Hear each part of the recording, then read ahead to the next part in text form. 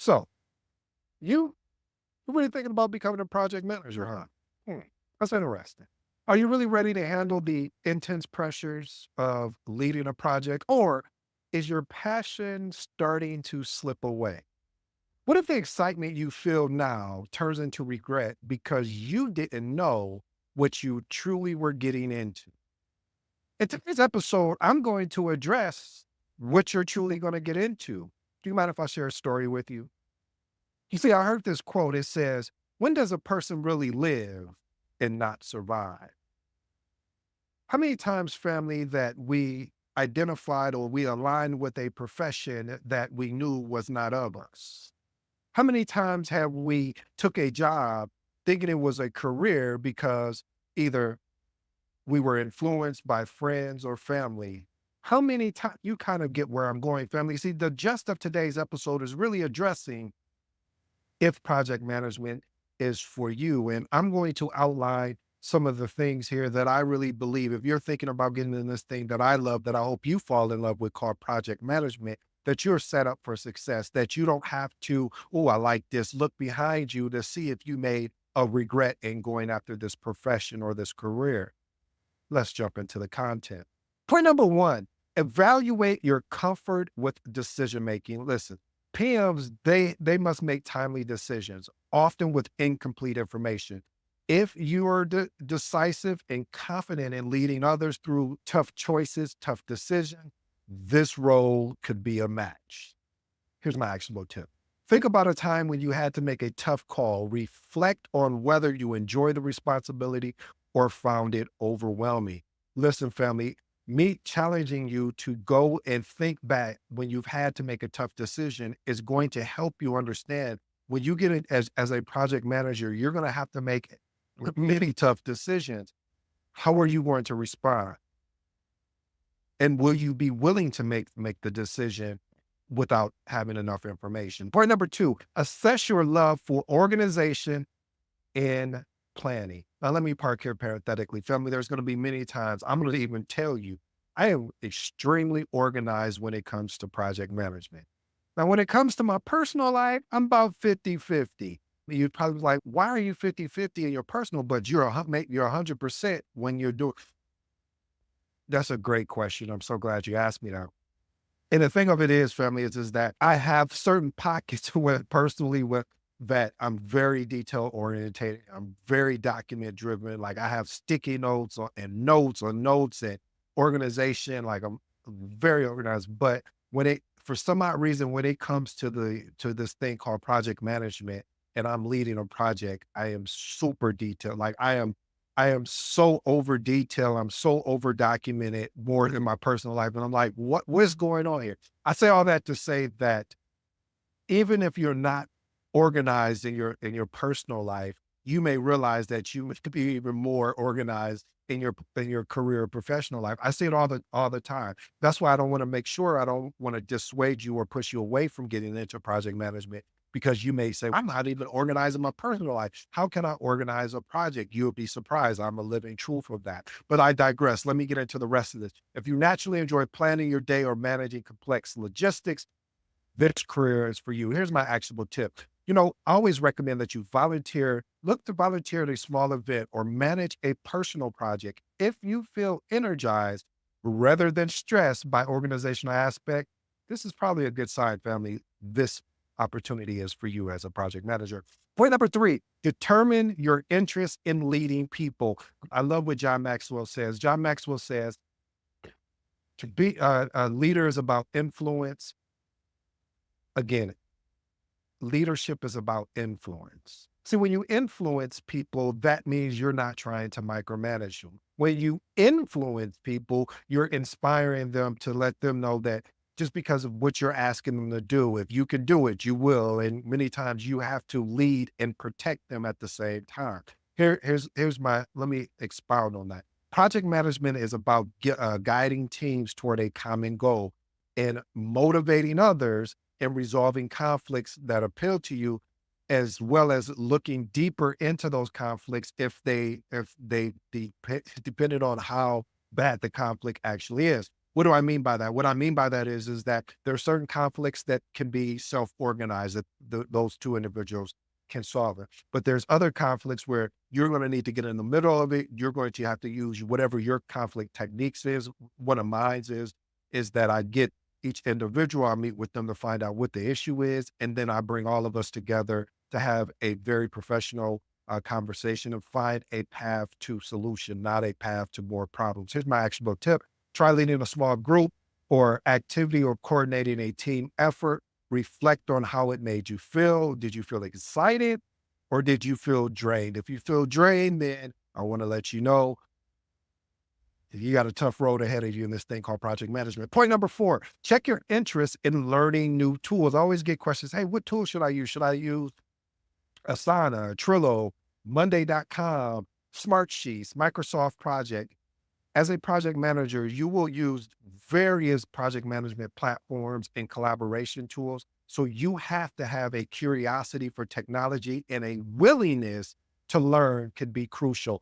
All of the exceptional project managers, all the great project managers, all the good project managers, they have many things in common, but one that separates them from good and worse is their ability to be willing to take on a learn new technology. My apologies. Learn new technologies, or their willingness to learn something is crucial. So, as a project manager, with changes continually to happen, you have to be up to speed and learn that information. Point number 5: assess your comfort zone, or I should say, assess your comfort level with accountability. One thing as a PM, I don't care if it's your fault or not, you're still accountable and responsible for it, because you are responsible for the project outcomes. If you're uncomfortable being accountable and you thrive under responsibility, this role could suit you. Because for me, I love the responsibility. I love the accountability. You want to hold me responsible for this? Great.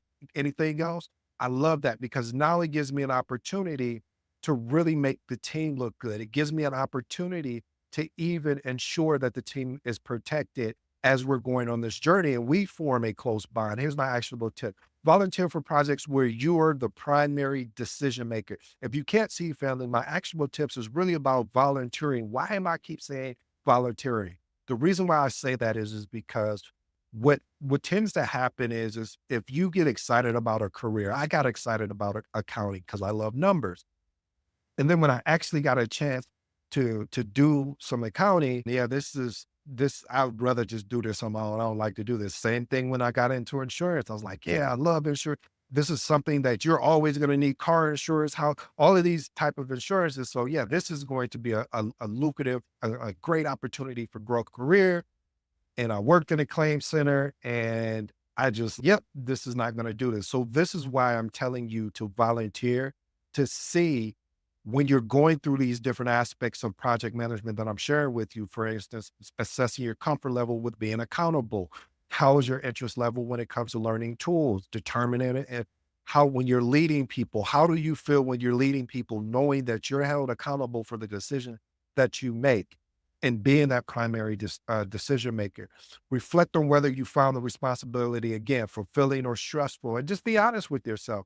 Just because you feel like it's stressful, that doesn't mean you're not going to be a match for project management, because over time you will develop that.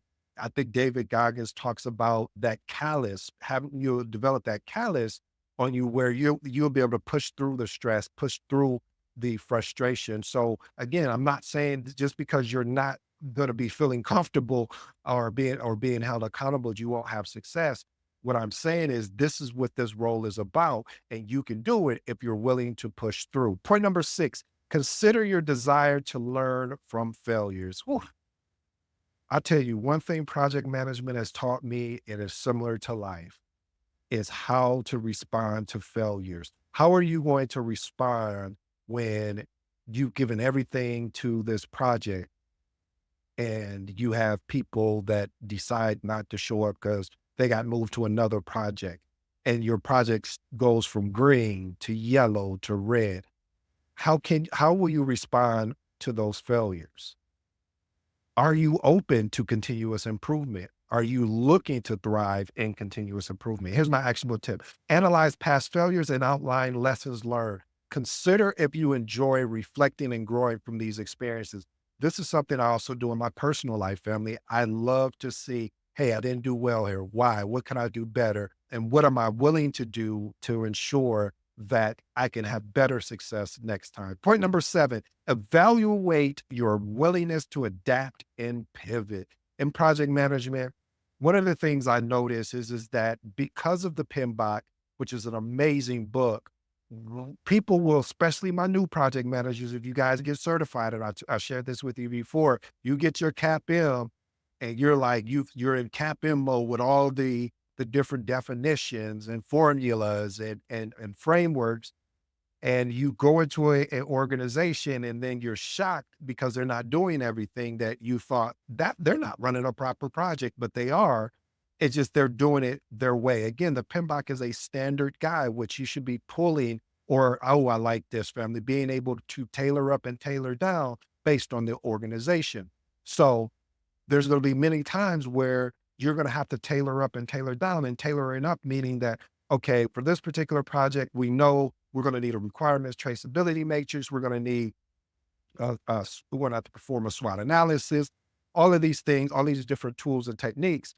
And the thing about it is, then you get another project where you may not need to do those things. Can you have the ability to pivot and adapt and learn at the same time as you grow? Or the organization may not be mature enough yet for you to be introducing a lot of these frameworks and things. So you need to meet everyone where they are, educate them, and then bring them up with you. Here's my actionable tip. Reflect on a situation where you had to change your approach.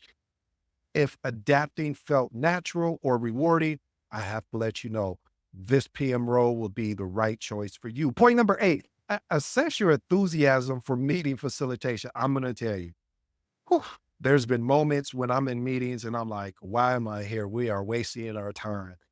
And there are going to be some meetings that drain you, but there's also going to be some meetings that energize you. PMs frequently lead meetings, and you're going to have to be comfortable where you may be on the call, where you may be doing the majority of the talking in the beginning until the team can get comfortable enough where you can start calling on them and asking them questions. And by asking them questions is going to force them to talk and have a conversation with the collective group. So if you're uncomfortable with directing discussions and keeping teams on track, you may want to think about something different. But if you're listening to this episode, if you're watching this episode, I'm really truly believing that this opportunity as a PM is for you, and I think you're on the right track. Here's my actionable tip: host a meeting on a topic you truly care about, and observe your level of engagement and your confidence as a facilitator. Here's my bonus: check your resilience and your ability to handle criticism. As I told you, the PM is accountable and responsible, and you will have people that will, how can I say this? Give you what they call their version of constructive feedback. And can you handle it?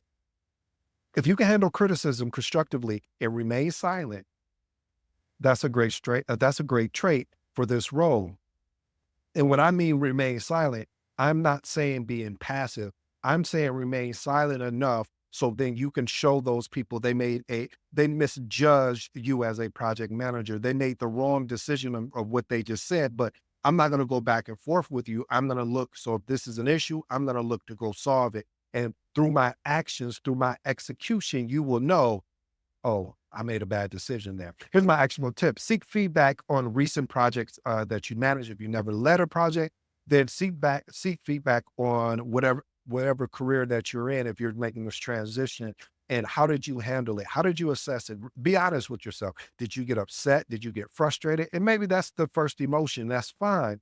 But after you went through that emotional roller coaster, getting upset, getting angry, playing the victim and saying, this wasn't my fault. After you go through that cycle, can you bounce back and address the criticism face to face without having to use your words, but use by executing? Here's my 3 transformational remarks, family. And I truly, truly appreciate you giving me your time today. Point number 1, determine your interest in leading people. Like I said, try leading. Here's my actionable tip: try leading a small group of activity to coordinate with a team effort. Reflect on how it made you feel, excited or drained. Number 2, evaluate your comfort with decision making. Again, like I said, as the PM, you are responsible for making tough calls. So think about a time you had to make a tough call and reflect on whether you enjoyed the responsibility or did you find it overwhelming. And number three, consider your desire to learn from your failures. Analyze past, here's my actual tip,